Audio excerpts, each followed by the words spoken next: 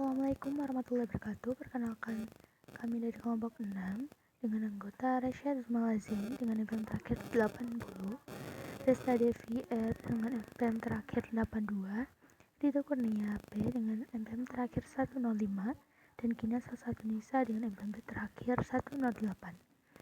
Pada pertemuan kali ini kita akan membahas mengenai videografi 4.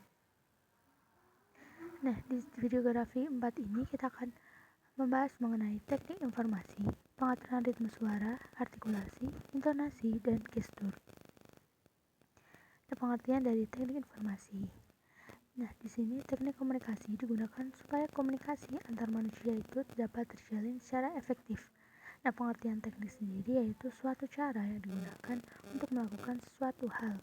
Sedangkan pengertian dari komunikasi sendiri yaitu penyampaian informasi dari komunikator ke komunikan melalui media tertentu. Nah, maka pengertian dari teknik komunikasi sendiri yaitu adalah suatu cara yang digunakan dalam menyampaikan informasi dari komunikator ke komunikan dengan media tertentu. Nah, dengan adanya teknik ini diharapkan setiap orang dapat secara efektif melakukan komunikasi satu sama lain dan secara tepat untuk menggunakannya.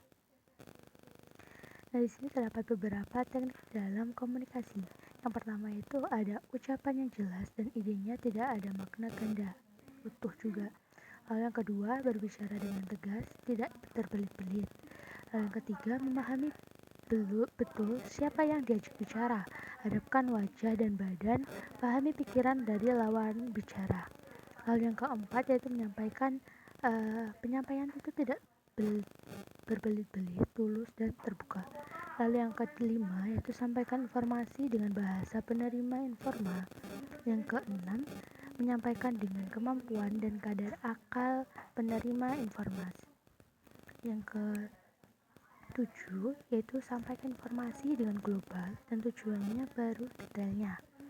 Lalu yang ke-8, berikan contoh nyata, lebih baik jadikan Anda sebagai model langsung. Jadi agar mempermudah pemahaman dari si penerima. Lalu yang ke-9 itu sampaikan informasi dengan lembut. Dan yang terakhir yang ke-10 yaitu kendalikan noise dan carilah umpan balik untuk meyakinkan informasi yang diterima. Contohnya dengan bertanya atau menyuruhnya untuk mengulangnya. Selanjutnya, menurut Effendi tahun 2011 itu ada 4 macam teknik komunikasi, yaitu ada komunikasi informatif, komunikasi persuasif, komunikasi instruktif atau kursif, dan hubungan manusiawi. Nah, untuk komunikasi informatif yaitu merupakan proses penyampaian pesan oleh seseorang kepada orang lain untuk memberikan sesuatu tanpa mengharapkan efek apapun dari komunikan. Nah, sedangkan untuk komunikasi persuasif yaitu proses penyampaian pesan oleh seseorang kepada orang lain agar sikapnya itu berubah, opininya dan juga tingkah lakunya atas kesadaran sendiri. Lalu yang ketiga itu untuk komunikasi instruktif atau koersif, merupakan penyampaian pesan oleh seseorang kepada orang lain dengan ancaman atau sanksi untuk merubah sikap, opini dan juga tingkah laku secara tegas. Lalu yang keempat itu hubungan manusiawi. Nah, hubungan manusiawi ini berisi kegiatan komunikatif, persuasif, sugestif, dan kedua pihak merasa hatinya puas. Untuk selanjutnya itu ada pengaturan ritme suara. Nah, di sini ritme atau irama adalah variasi horizontal dan aksen dari suatu suara yang teratur. Nah, ritme sendiri diambil dari bahasa Yunani yaitu ritmos, yang artinya adalah suatu ukuran gerakan yang simetris. Ritme ini biasanya terbentuk dari suara yang diam. Nah, suara dan diam ini digabungkan untuk membentuk pola suara yang berulang sehingga akhirnya akan menjadi ritme. Jadi ritme ini bisa kita rasakan dengan cara mendengarkan sebuah lagu atau suara secara berulang-ulang. Nah, berdasarkan penelitian di Universitas Minnesota tahun 2016 yang berjudul Communication in the Real World itu menyebutkan bahwa penyampaian vokal atau vocal delivery mencakup komponen penyampaian ucapan yang berhubungan dengan suara Anda. Nah, hal ini termasuk cepat atau lambat, keras atau lemah, tinggi atau rendah, artikulasi, pengucapan, dan juga kefasihan dari pengucapan. Nah, di sini dalam pengaplikasian di video pembelajaran dapat diedit menggunakan beberapa aplikasi, diantaranya yaitu ada CapCut, VN, dan AI. Di sini ada artikulasi atau kejelasan. Nah, artikulasi sendiri itu merupakan teknik penyebutan suatu kalimat yang berdasarkan suku kata dan konsonan yang benar, atau penjelasan yang lebih singkatnya yaitu kejelasan dalam pengucapan kata-kata. Nah, umumnya tanpa disadari kita suka sering berbicara terlalu cepat ketika berbicara di depan umum. Nah, sehingga kita menghilangkan beberapa huruf dalam kalimat dan pada akhirnya itu akan membuat audiens atau pendengar itu merasa tidak jelas atau kurang jelas apa yang sebenarnya kita sampaikan. Jadi artikulasinya harus jelas. Nah, selanjutnya ada intonasi atau nada bicara. Nah, intonasi merupakan tinggi rendahnya nada suara, irama bicara, atau alunan nada.